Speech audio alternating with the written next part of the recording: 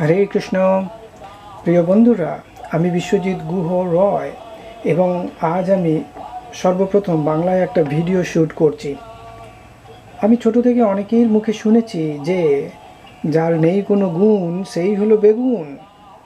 তাই আমিও ভাবতাম যে বেগুন খেয়ে কোনো লাভ নেই এবং আমি বেগুন খেতাম না। এটা সত্যি কথা যে আলতু ফালতু এবং মিথ্যে কথা খুব তাড়াতাড়ি ছড়িয়ে পড়ে।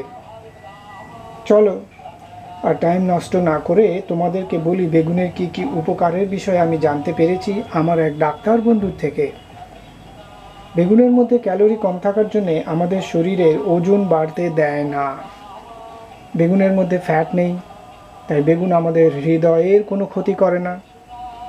বেগুনে রয়েছে বিটা ক্যারোটিন, যা আমাদের চোখ এবং স্কিনকে ভালো রাখে। বেগুনে ভিটামিন সি আছে। ভিটামিন সি আমাদের ইমিউনিটি বাড়ায়। বেগুনে ডায়েটারি ফাইবার ভরপুর আছে, তাই বেগুন হজম করতে সাহায্য করে আর কোষ্ঠকাঠিন্য দূর করে। বেগুন আমাদের শরীরে সুগার লেভেলটাকে অনেকটাই নর্মাল রাখে। বেগুনে সোডিয়াম একেবারেই নেই এবং সোডিয়াম না থাকার জন্যে বেগুন ব্লাড প্রেশার নর্মাল রাখে।